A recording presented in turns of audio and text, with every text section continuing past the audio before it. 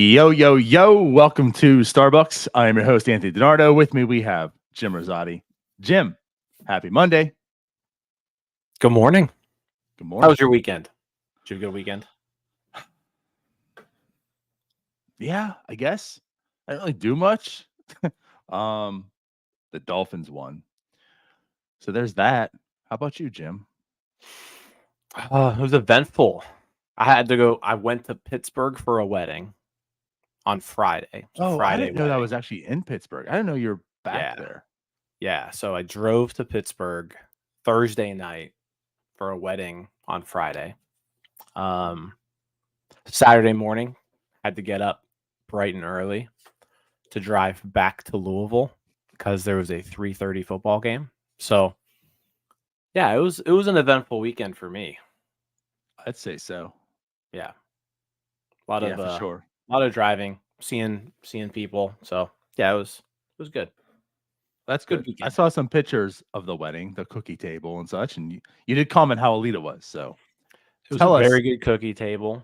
Um, yeah, I mean, well, first off, it was a it was a Friday afternoon wedding, so kind of a little odd, but yeah, Friday ceremony was at 1 o'clock, and then there was Ooh. cocktail hour at the time in between, cocktail hour at 5, reception at 6, and it basically went all night. So you had the reception go all night, had to wake up early the next morning.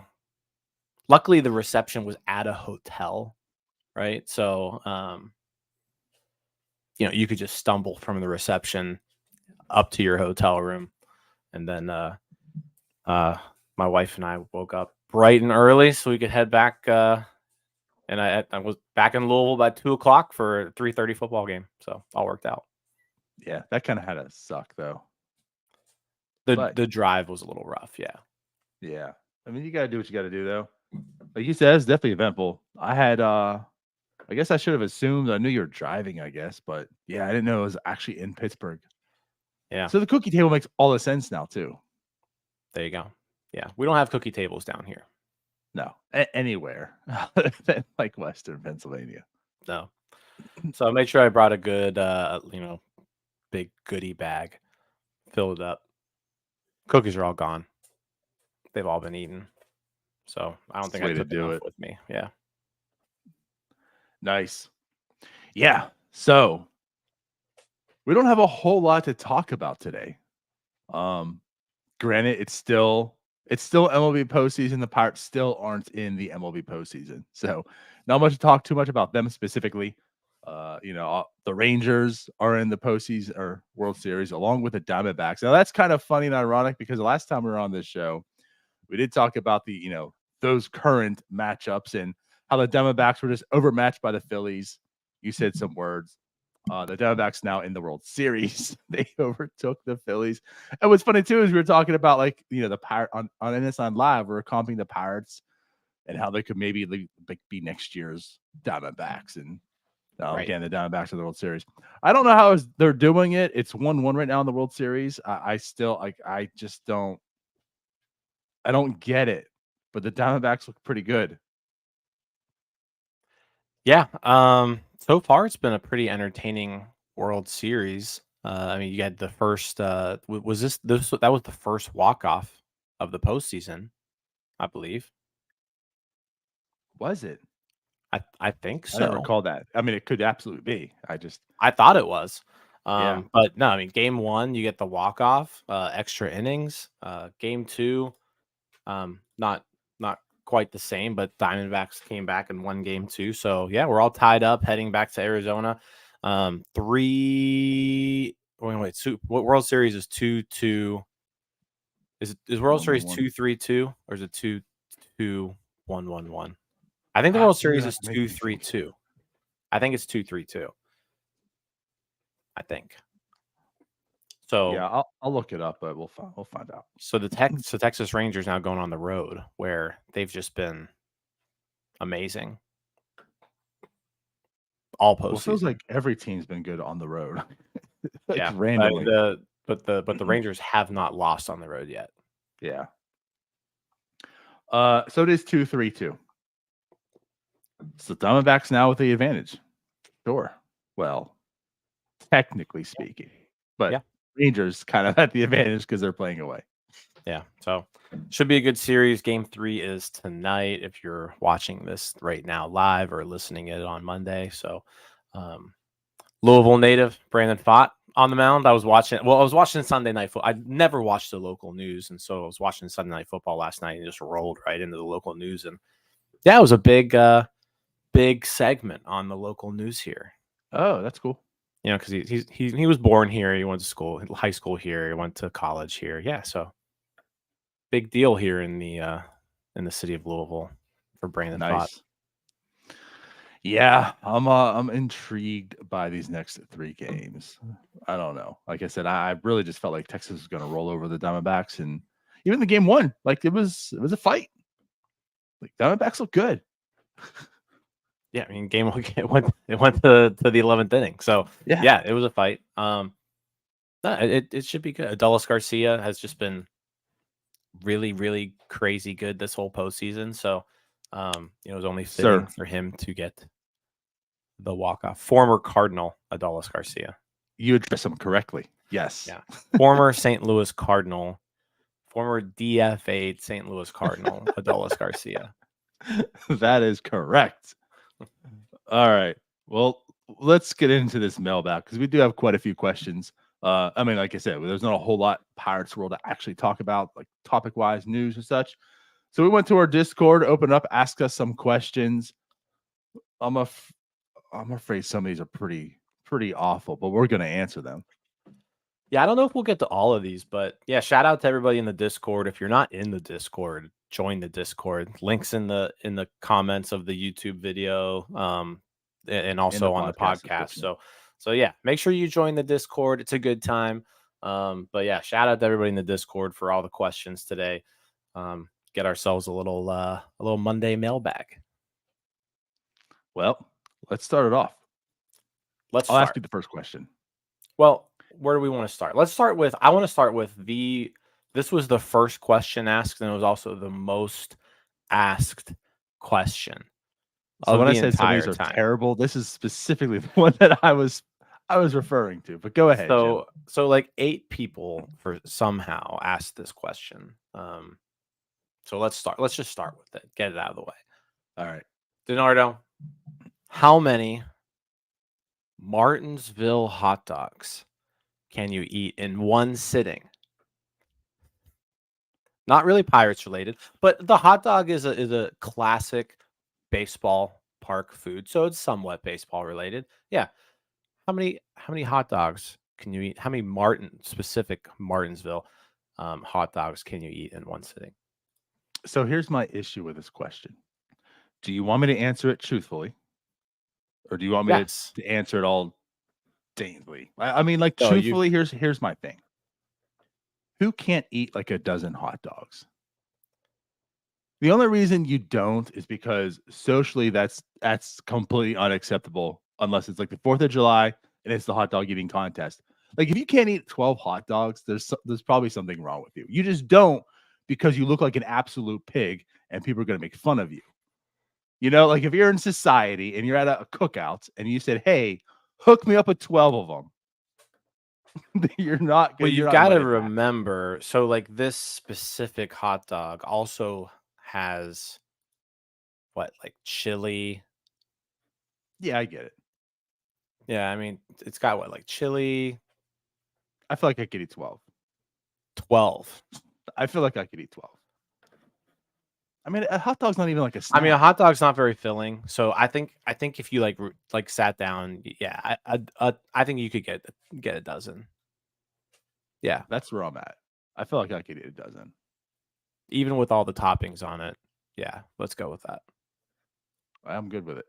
Jamie asks, does this include the bun and the condiments? I would say yes. Like, yeah, absolutely. So, I mean, if we're talking just straight dog, like 24. Yeah, I think you could go. I think 12 is probably a good number. Like, I'd feel comfortable saying that I could do 12. There you have it. All right. Now we got the dumb question out of the way. Yeah, let's get to the regular ones here. Every single person asked. All right. OGMINLO asks, Is Joshua Palacios just a 2023 folk hero, or could he be a legit late bloomer breakout candidate? I struggle with this question. And do you know why? I don't believe in Josh Palacios, right? That's been made clear on this show. But there's just something about him, this allure, right? When the big moment comes up, and he was dominant as a pinch hitter. He was dominant. And I guess there's something where it's like when you look at the overall numbers, they're not good, right?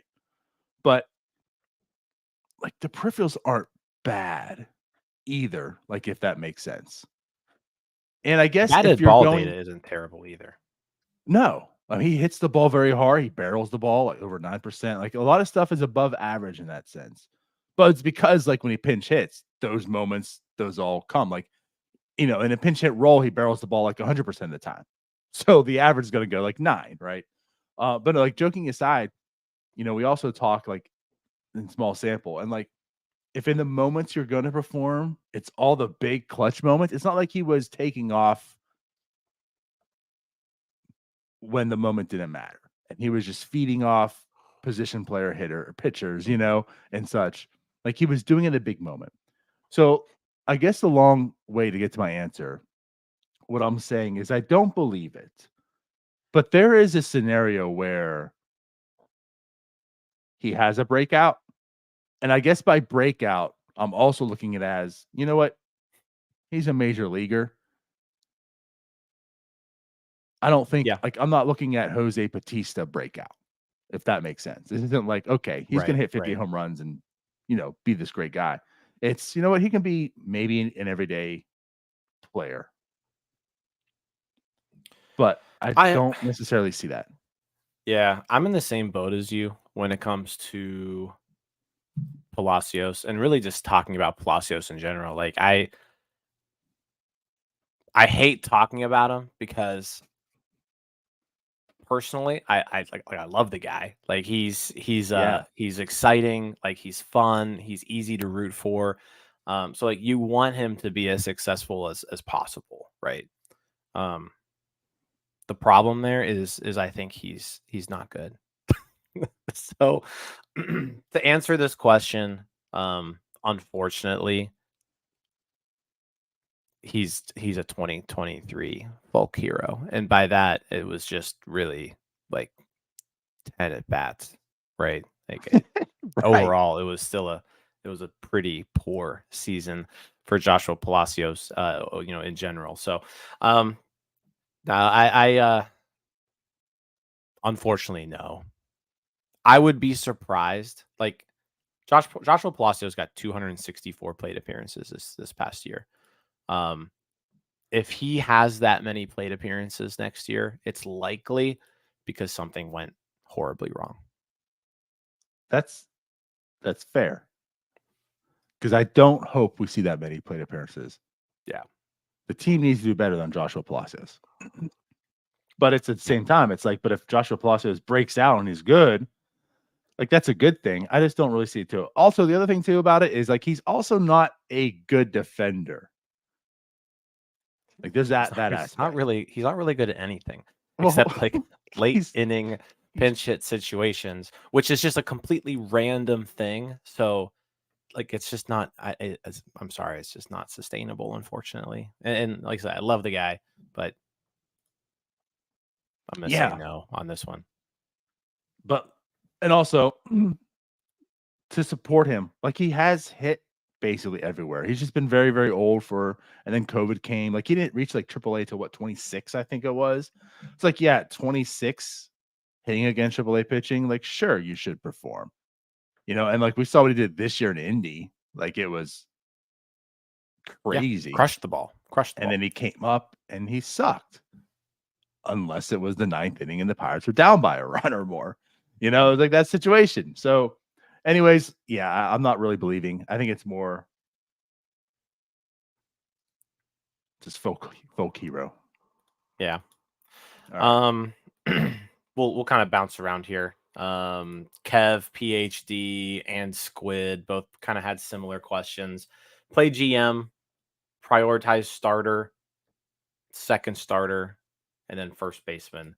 And then Squid said, hey, fill the first base spot. So I'll kind of take this one. And then we talked about it with Fort a couple weeks ago too. I think when it comes to starting rotation, you need a lefty. And so when you're looking at the guys out there, I would prefer one of these signings this offseason, to be like a long-term signing where like you get somebody for 3, 4, maybe 5 years even. I thought Jordan Montgomery was that guy, but I think Jordan Montgomery is no longer in the Pirates price range. So I'm gonna take a step back. I'm gonna say Eduardo Rodriguez. Go out there and sign Eduardo Rodriguez to like a 3-4 year deal. Pay him some money. Get a lefty in here, an established lefty. They always overperform at PNC Park. So give me Eduardo Rodriguez. Second starter, I think I threw out Seth Lugo's name. Give me like 1 year deal for Seth Lugo. And then first baseman, if it's me, I'm trading for him. I don't think there's a first baseman on the market. Like I would probably take Carlos Santana back if we're looking at available first baseman. But let's go trade for somebody. Let's say Alex Kirilloff was a name that I threw out there. I don't think the Twins necessarily need him. I don't think the Twins he barely really even played this past year, but he's been good. And he's a hometown kid. Bring him home. See what it would take to get him from the Twins. Those are my 3 moves. Yeah, I don't hate it. I'll say this. Pitching, there's just so many options, and you could just list how many I'll be happy with, right? But I do like everything you said, and Rodriguez makes a whole lot of sense also. Just like his mindset, the type of pitcher that he is and such. I want to talk a little bit about first base though. And like I'm somewhat with you. There's not a whole lot of like options out there, but I guess just where I'm at also is first base can be like that's a position where you can just not have to pay a whole lot of money to get decent production from. Like part of me just feels like I just would hate to trade away assets for first base, like use those assets for something else, something better. Maybe an actual starting pitcher instead of signing someone to free agency. Like maybe that's an avenue, right? Or something like that. I don't know. There's so many options, right? There's so many players the Pirates can bundle together and make a package of that I hate to just kind of use it for a first baseman, if that makes sense. So like looking at the options out there also, and that's partly why we're talking about trading. There's not that many that's really good. Like Carlos Santana, I would take back also. Here's my thing. Connor Joe's coming back. We've talked about Connor Joe. Connor Joe's a very, very talented player, right? Just overexposed, used too much. Like you don't want him every day playing the field, right? So, like, I could see limiting his bats, 4th outfielder here and there. Maybe a lefty platoon, like at first base here and there. I could see the Pirates doing that. So I guess if I'm looking at a first baseman, I want to see a guy who's going to hit righties well, and that was Brennan Belt. Like Brennan Belt just annihilated righties last year. I feel like he could come rather cheaply in that sense. And you kind of have like a Connor Joe, Brandon Belt, little platoon there that I don't hate. So, because we could talk about trades all day, I just want to kind of talk about that a little bit right now. I think Brandon Belt's a real option. Like there shouldn't be a reason that the Pirates can't get Brandon Belt. It's more or less if that's the option they want to go in an avenue. And I think it's realistic. And that's a way to keep Connor Joe in the lineup here and there at his best side. You get Brandon Belt in there at his best side, and you have like a solid first base platoon.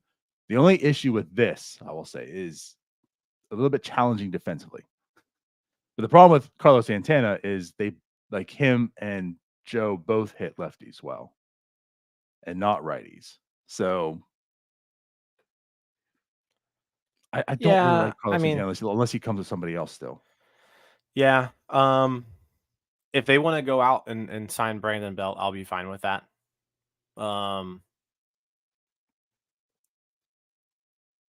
Sure. Yeah, I'm good with that. I don't know if I agree that Connor Joe is a very, very talented baseball player. I think he's I think he's fine, but he does hit lefties. So, if you're kind of looking at a platoon situation, it's there. I guess I just I'm kind of over platoons. Buddy, I got some news for you. I'm just over them. But I mean, this whole team is like platoon players. So no, but a Brandon Belt, Connor Joe platoon at first base would be just fine. It would be an upgrade over what we had this year, which was like still not awful. Yeah, Santana wasn't bad. And as Cody says, apparently NS9 Gaming MLB The Show legend. I know he does have Brandon Belt on the team. I don't know if he's a legend. Cody acquired Brandon Belt, and it's been a huge trade deadline acquisition in his MLB The Show franchise. So, yeah. Okay. Well, no, those are good. Those are all good moves. And I said there's a lot of pitchers out there that I'd be happy with, but I do want one to be a lefty, and I want one of them to be like not just a 1-year deal. Like, give me a long-term guy. I absolutely believe that's very important. All right, Kenny asks, pierogi race power rankings heading into 2024. In this household, we only speak of Jalapeno Hannah. So here's what I'm going to say. Jalapeno Hannah, number 1. It doesn't matter what comes after that. Boo. I think you've got to put some respect on Sauerkraut Saul's name. Like, I don't have to do anything. No, Sauerkraut's overrated. No, think about what this guy accomplished. Think about what Saul accomplished last year. The dude went like 2-3 years. With just basically taking a vacation. Like he didn't even show up. Like he showed up in body, but he wasn't putting any effort into it at all. Right. And then all of a sudden at the All-Star break, he just, he does a little bit of training and then he's like, you know what, I'm going to win this thing. And he comes back and it's probably the greatest comeback story in the history of the Pittsburgh Pirates. Okay. Sauerkraut Saul. So he was your 2023 folk hero. No, so I don't believe in his talent. Saul. I don't think he's a breakout candidate for 2024. No, what Saul proved. You look at Sauerkraut Saul's underlying numbers; they are not good. What Saul proved last season is that if Sauerkraut Saul wants to win, he's gonna win. Like he's just the better pierogi, hands down. Hands down. Terrible. He took half a season off and still won. I don't want Sauerkraut Saul. I don't want those players on my team. And I don't believe him. You shouldn't have to be motivated to want to win. You just do it. You show up because you want to win. You perform. Don't tell. He took 2.5 years off, and then he decided to show for half a year. I don't trust that. But then he comes in, and why is he going to come back next year? Smokes everyone. No, it's a mindset thing for him. It's all a mindset thing. So like if Saul wants to be great, he's going to be great. All the other pierogies average is best. Lazy pierogies. I don't believe them. All right, what's the next question? I don't know. Let's go with here's a good one. Shappy, who usually has terrible questions. Yeah. I'm just joking. But no, if you could extend 4 players on the Pirates roster currently, who would they be and for how long? 4 players. Was this as hard for you as it was for me? I've put zero thought into it so far. So I guess we'll find out. I don't know if I'm ready to hand out 4 extensions. I guess let's say this. Really easy, get this out of the way. Mitch Keller, you're giving an extension to. How long? I feel like 6 years. Like 6 years, couple options. That lines him up like he'll be here as long as the Pirates want to keep Skeens here. That's a good number. I like that. Keller, I would have said probably like 5, but 5 or 6.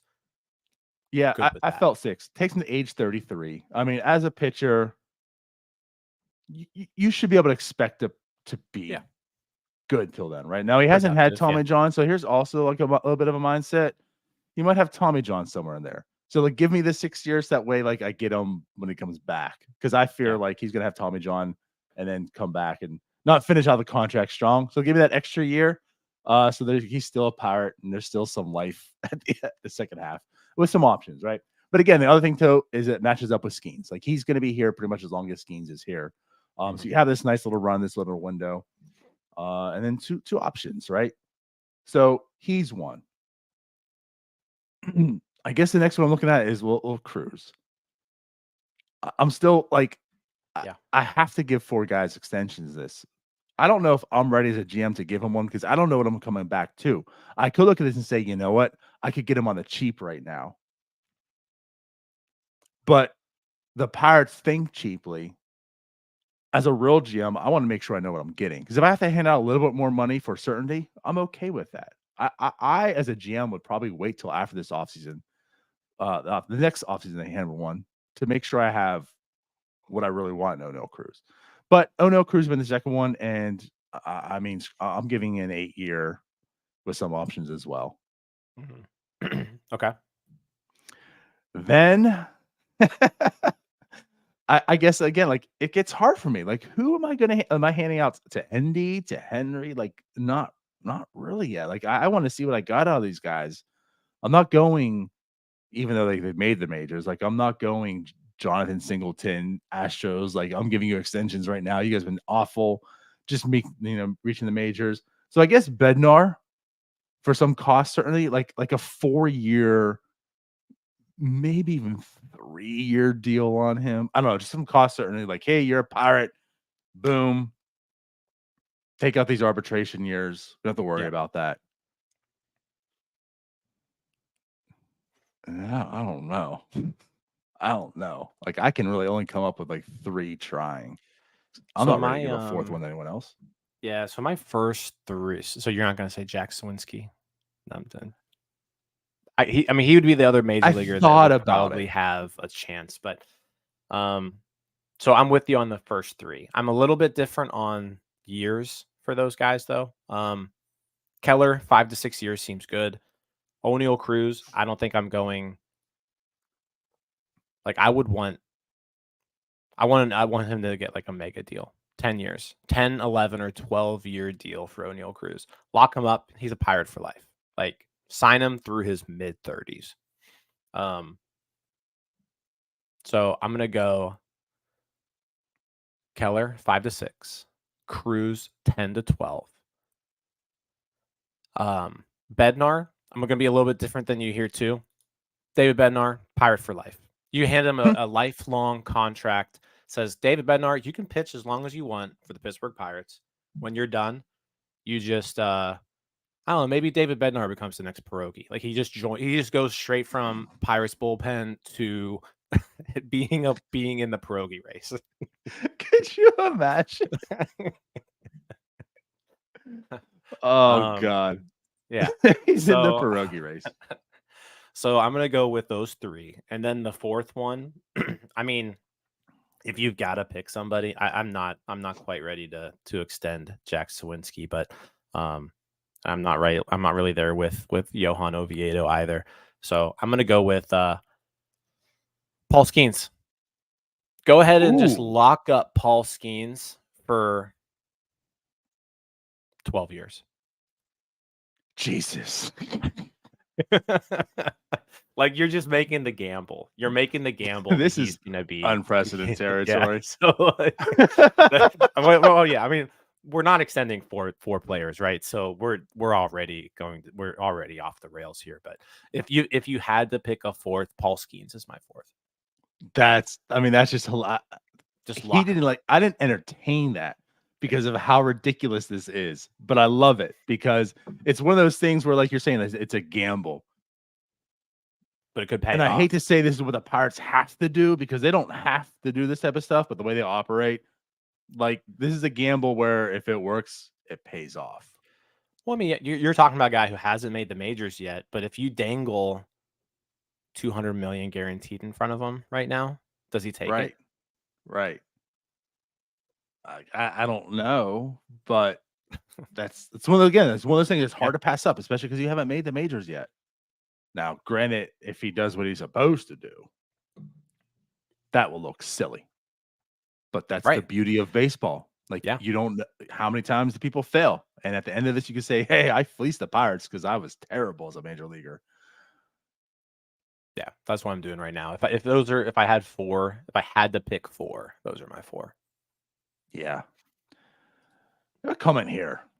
That I mean, I don't really entertain it, but how about Paul Goldschmidt for first base? I just don't see that happening. I would I would enjoy it. Um, I don't think the Cardinals are necessarily ready to move from him either. Like, I don't think the Cardinals are thinking that they're going to be terrible again next year, if I had to guess. Maybe I'm Yeah. wrong, and they're going to enter like a rebuilding phase. And if that's the case, then if Goldschmidt is available this offseason on like a 1 year deal type of thing, then yeah. Yeah, go for that.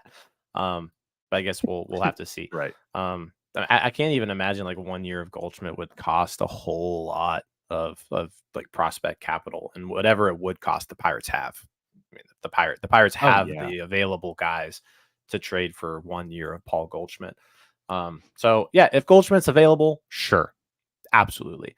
I don't know if the Cardinals are quite ready yet, but if it's like, I will say this, if it's trade deadline time next year Mm, and the Cardinals are out of it, then Paul Goldschmidt's probably the hottest name on the market yep. Also as Pete a Alonso, 2 month rental. Yeah, Alonso, potentially. another one. Mets Mhm. probably not.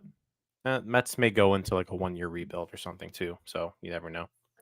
No, it's a good name. I hadn't even thought about Goldschmidt. All right.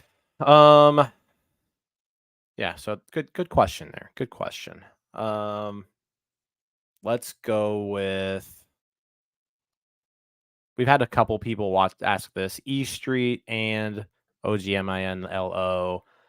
Is it just OGM? Is that a name for something that I'm just missing? OGMINLO. OG Minlow, baby. Okay. You don't know OG OG Minlow? Minlow. Yeah. OG Minlow. Okay. Yeah. Um, Asking about Henry Davis. What's up with Henry Davis? Charrington said, he's a catcher. Is this legit? Is he still going to actually be catching? Or is his future somewhere else on the field? Well, I'm just perplexed on the whole situation. As we kind of had our discussion with Fort, last show. I don't necessarily think he's blowing smoke. I kind of feel like maybe this is like this last ditch effort, if that makes sense. Like, I mean, I'm going to try everything in my hand to allow you to be a catcher because that's like where the value is, but I don't believe in it. Like, I just feel like that's maybe his mentality. So here's the off season. Do what you got to do. It's like your last hurrah. Like, if you want to be a catcher, prove it to me. Come into Bradenton next year, show me you're a catcher. If I don't see it, then we're done. I guess my thing is like, if you're just doing this on like a hopeful, like Henry Davis apparently was so bad at catching he couldn't get into a game in the last 2 months of the season, where like they had available time for him to get into the game. Um, Now personally, I think Henry Davis can be good enough to catch at the major league level. Like, I think he can be. Um, and I think that would be best for the team. I think it's best for the Pirates if Henry Davis can catch, because then we get into this whole, you know, versatility aspect of Davis and Endy, where you can bounce them around, you can play them in different positions, but you can catch both of them, right? Um, so I agree. I don't think he's blowing smoke on this. Like, I think long term, Ben Sherrington hopes Henry Davis can catch. If I had to speculate, I'm gonna say, like, at this point, it's probably not gonna happen. Like, if I had to bet on it, like, I think Henry Davis's future is in right field. If I had a bet on it, I need to wait till like You Tuesday. can't wait. You can't wait. You gotta bet on it right No, no, now. it's before the off season, but I need to wait till like Tuesday for like Prize Picks to give me a discount on it to then go and Taco and Tuesday. and bet on it because this whole thing has just been weird. Like, I'm not sure. I'm not ready to bet on any side yet because I have no idea. I need a little boost somewhere to bet on that side to give me a little bit more favor because Yeah. that's just where I'm at. Like you say, like if you're gonna bet, it's gonna be no, but I'm not ready to say that either. Like he has to catch, right? Like he just has to. Like the way this is You set up and everything is, or like he has to. And like his words, even like at the deadline last year, is like he will catch yeah. this year, but then he didn't. I'm just so confused now. The season's over, and he's like, "Oh, he will catch." Like in my mind, he's determined to try to make it work. Mhm. And I guess I'm the type too. Like I'm not going to bet against Henry Davis, even though he's from Louisville. God. But I'm like, I'm not going to bet against him. If his mind's to it and he wants to catch, and Charrington's allowing him the opportunity to, I would hate to bet against Henry Davis. So I don't know. Again, Yeah, I guess I think things will be a lot clearer in Bradenton. yeah, I think my concern is right now with Davis is just like how much do you want to put on his plate? Because that's a lot to ask from a really, really young guy. Be like, hey, um, first off, you need to learn how to play right field because that's where we're going to play you. And then also, um, yeah, you also need to get like a lot better at catching, which is a position you've played your whole life, but like you just need to get better at it. Oh, and then by the way, too, you need to learn how to hit major league breaking stuff like while you're at it. Like it's just a lot to ask from the guy right now, and I feel like keeping it simple might be best for him, like in the not only the short term but the long term too. So I'm kind of split on this. Like, would I love to see him catch? Absolutely. Like, it is better for the Pirates if Henry Davis can catch, plain and simple. Um, but like, at what point are you almost asking too much from him, or Right. do you say, you know what, hey, like we drafted you 1-1 because we need all this stuff from you, and so it's just a matter of like you got to do it. Yeah. Well, I mean, they put all that on his plate during his rookie season while in the majors. So, like, I feel like, Right. hey, at least there's an off season to work on all of it. So that when you come back, at least you're prepared a little more to do all this. So, yeah, I don't know, man. I don't know. It's just weird. The story of Henry Davis is also going to be a long one. I feel like at the end of the day, much like Yeah. OG Minlow's. Yep. Yep. All right. Let's we haven't talked about Arizona Fall League, so Kyle Crow with a question here. He says Jack Brannigan and Jace Bowen. I am not a believer. Convince me otherwise. You want to start with this one or Well, it's not a question; it's a statement, and it we is. ask for He's yeah, questions. that's true. So I'm not going to convince you because I also don't believe in it, and it's not a question. So I'm not gonna I'm not gonna entertain it. Yeah, but here's the thing. He didn't ask us to about our opinion on it. He asked us to convince him to believe in the two players. So I'm gonna say, I'm just gonna play along here. Um, Jack Brannigan, really good power, right? Really good power. Last season, 19 home runs split up between Bradenton and Greensboro. Not really in a ton of games either. That was in 87 games between those two. Is that right? Could be. Is that all he played? Looking at his baseball savant page, and that's what it said. Yeah, did not play that much, but yet 19 homers in 87 games. Wow. So the power is there. Like it's a legit tool that he possesses. Fangraphs has him at 50 raw power. Um, as a fielder, he's also excellent defensively, and he can play third base. He can play first base. You can even really put him at like second if you need him to. He's played a couple games there. He's even played some shortstop this year. So a versatile guy who can play all around the infield, and has a lot of power. Uh, Now the issue. Strikeouts. He strikes out a lot. Struck out a lot in the minors. He's striking out a lot in the Arizona Fall League. But with today's game of baseball, that's just that's Stop it. sometimes what you ask for, and the Pirates are desperate for power. Like, he's a right-handed bat who hits who crushes the ball. So there you go. That's my selling point on Brannigan. Jace Bowen's probably a little bit easier to sell, but a lot of the same qualities, like really versatile, plays a bunch of positions, power. The contact is a little bit better. Like he's not going to strike out as much as Brannigan, and he's showing you right now in the Arizona Fall League that he is capable of doing things that you want to see from your outfield prospects. Bowen's probably main selling point right now is really system wide center field. Like there are not center fielders in this organization, and Jace Bowen is someone perfectly capable of playing that position. So if you're looking for a spot for him, that may be it. And I mean, if you can find a center fielder who's capable of hitting the ball over the fence and playing good defense, he was a 2020 guy in the minors this year. So he kind of possesses all of those tools that you like to see. So yeah, Jace Bowen, 2020 center fielder, future Pirate center fielder, 2020 guy. You know, something just hit my hit my cerebellum on him. How good is his defense? Like, how are we talking like elite center field or just like he can play? He can do it. Yeah. The reason I asked that too, and the guy made his money on his elite center field play. But looking at Jace Bowen, if he could crack out like a Jake Marisnick career, kind of like the speed, the pop, it's just like I don't think his defense is going to be like anything near Jake Marisnick. So I guess if a selling point, that's where my head's at.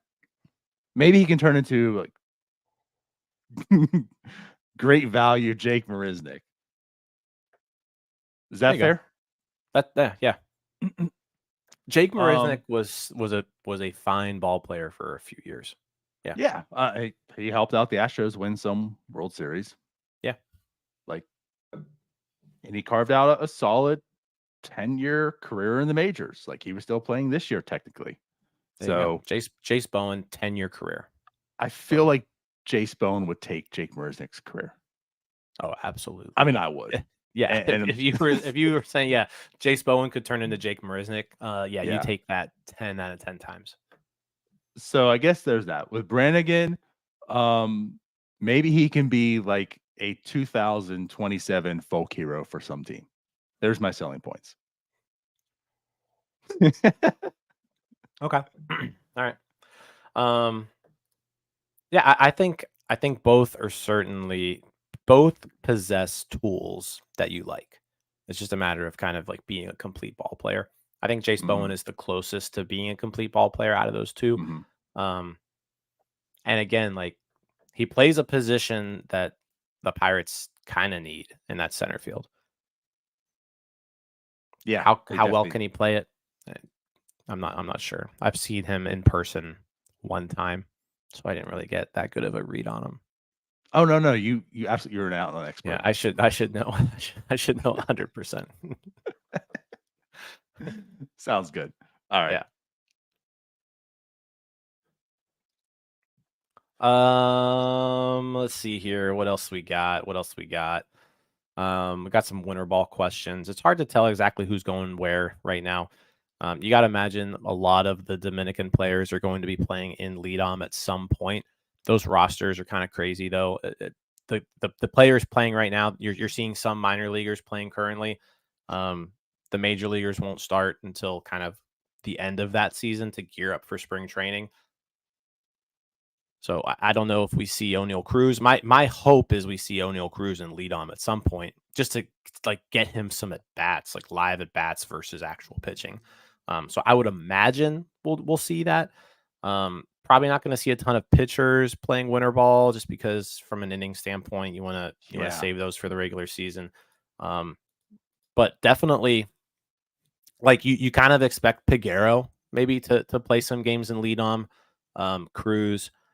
Trying to think who else down there. I mean, maybe even you give some innings to Roansy Contreras. Maybe like someone who didn't really pitch a ton this year.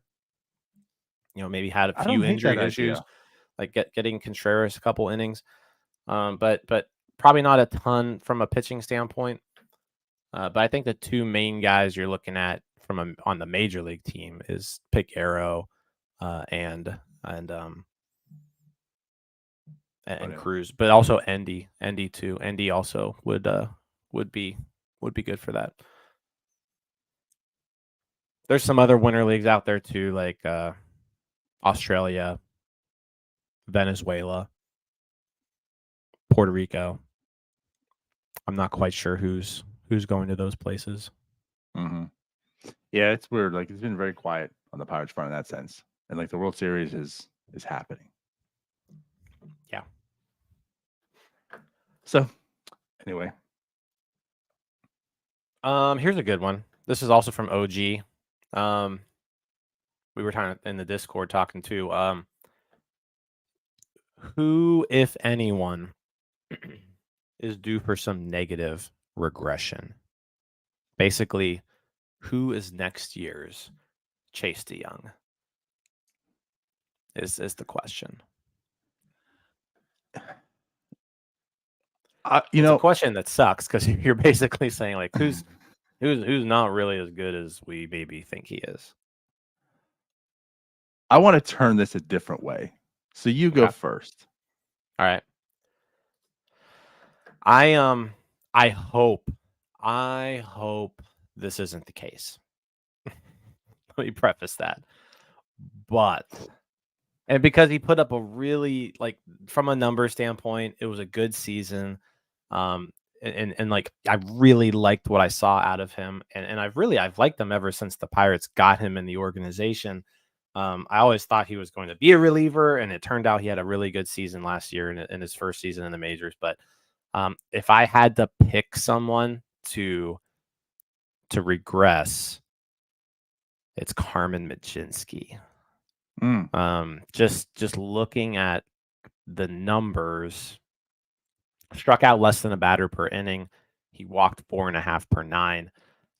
ERA was 2.25, but his xFIP was 4.33, so over 2 runs higher than his ERA.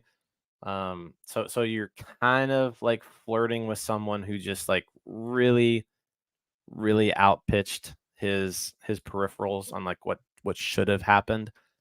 I don't think you're gonna see Chase DeYoung like regression with Carmen Mlodzinski, but I just want to say like if Carmen Mlodzinski next year instead of a low 2 ERA, he's in like the mid to high 3s. That's something that I could see happening. Yeah, I get all that. I hope it's not, and I hope this is just his first season in the majors. He learns a lot and he can get all those numbers better. But just first glance, he kind of seems like that guy who could be that candidate. Yeah, I don't know if it's not that I don't hate. I would hate it. I would rather him not be, but I don't hate that idea that he's probably going to regress. It's just how much is he going to? The Pirates would absolutely hope that doesn't happen. That'll make the bullpen much better. Really good Mlodzinski. But you are correct. So I guess here's where I'm going with mine, because and it's weird because at the end of the day, I'm going to talk highly about this person, right? We're talking about regression, and I guess the reason I want to talk about this is I think for a lot of people in their eyes, this guy is due for regression. And that's what I want to talk about is Jared Triolo, right? Because we talk about the baby, how high like he just can't sustain this. He is going to plummet, right? So, yes, Jared Triolo is not going to have this elite baby that's going to drive like 440. Yeah. Yes, like that just doesn't happen, right? You don't have a 440 baby. So there's going to be regression from him, right? But I guess here's why I want to talk about this. How much regression and what can we like realistically see from Jared Triolo, right? And I think this is still like best case scenario from him. But here's the thing. Jared Triolo is a really, really good defender. And, we have talked about it, like as far as second baseman, no one has stepped up to take that. But I think like he's best suited in a role to be like a super utility, right? You get the defense at third, hopefully short, second, maybe here at first. Maybe he learns outfield a little bit, right? He can plug in here, whatever. So I think like his value comes playing every day at some other position. Well, every day, but mostly every day, right? the super utility Hay type player. So like you expect the batting average to plummet because again the 440 babe, right? But I think what we saw last year, like he had the hand injury. We didn't see a whole lot of power. Not that he possessed a ton of power anywhere really ever either, but like it was good enough. You know, like you look in the minors, he slugged 480, 419 last year, 432 in AAA, and that was with the hand injury, right? I don't think he's gonna hit for a ton of power like home runs, but like he drives the ball. Like that's something we absolutely saw. Like he definitely drove the ball. So like he's going to regress, but I think at the same time, that's how I'm answering this. Like things are going to normalize because I think you're going to find like more power from him, like less singles, right? But more doubles in that same sense. Like you look at his September. Not that this is going to sustain and be like throughout, right? But he hit like 350, slugged like almost 650 or something like that. I guess 567. 567. There it is. Okay, I didn't have the numbers up right at hand. Like I said this last night, just kind of looking like, could you see Triolo carving like a JD Davis type of season from like last year? And you're making me look up what JD Davis did last Yeah, year. I know. The ad came up on me. Like JD Davis last year hit 248. Come on, Fangraphs. Yeah, no, I could see that. So I mean, JD Davis, 248, 325, 413. Played really good defense. Played played third base, first base. 2.2 WAR total, 104 weighted runs created plus. If Jared Triolo put up a JD Davis like season in his first full major league year, I wouldn't call that regression.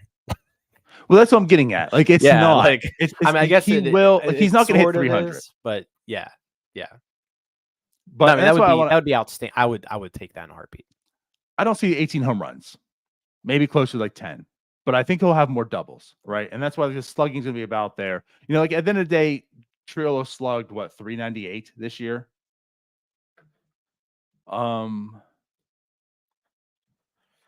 Yeah, 398. Fangraphs is so slow these days. Yeah, that's just off memory. Like the home runs gonna come down, but like yeah, like he's gonna regress. But I think the reason I want to talk about this is everyone's so down. Like Triolo will regress and he's going to be awful in the sense. And I guess I'm coming here saying like he will regress in the sense of like the babe's going to normalize. But I think what we saw, especially at the end, is he has some gap power for sure. Like I think that's for real. He drives the ball for real. And I think he's a good enough player that maybe 10 home runs to like, but the JD Davis like slash line is like something I think you could see from Jared Triolo. Yeah. So like in his regression, like I think he can still be like a good, solid enough player. No, I think you hit the nail on the head there. I think he's hurt. Like if you give him 350 at bats, I think he could hit 10 homers. He was a little hurt this year because of the hand injury.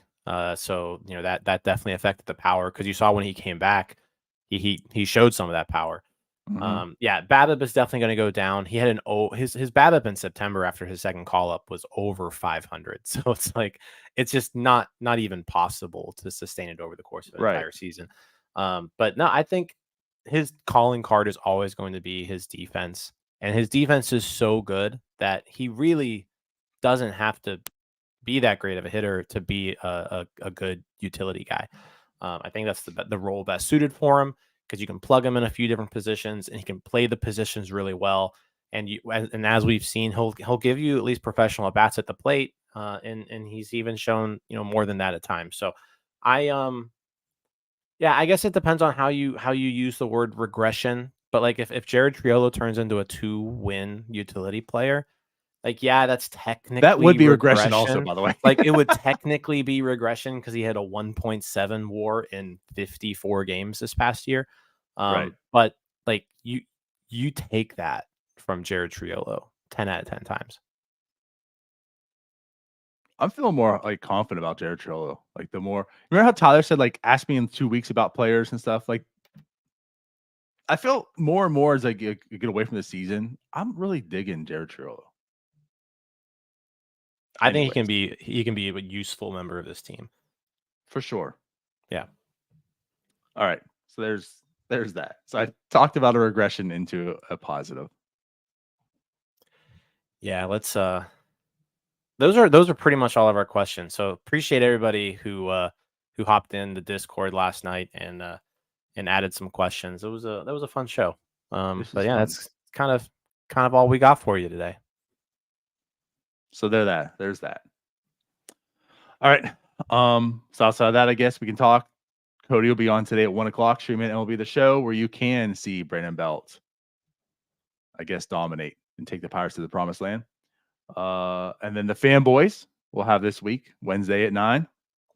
You'll have your Outside the Park stream Thursday. Out of the park. Sure.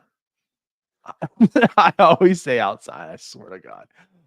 And yeah, you're doing some damage over there too. So it seems like everyone can make the Pirates good except for Ben Cherington. We'll see. TBD. We'll see. Yeah. All right. Yeah, that's all we have really scheduled this week, but definitely a lot of news coming soonish. So stay tuned. A lot of stuff happening this offseason for us. So I guess we'll see you then. See you guys. Bye-bye. Hey, you all. Thank you for watching. I know we try to provide the most entertaining content that we can, and we'd love to spread it to as many people as possible. So I know it doesn't seem like a lot, but if you could take the 5 seconds to like this video and subscribe to the page, it helps out so much more than you know. Thank you, and let's go Bucks.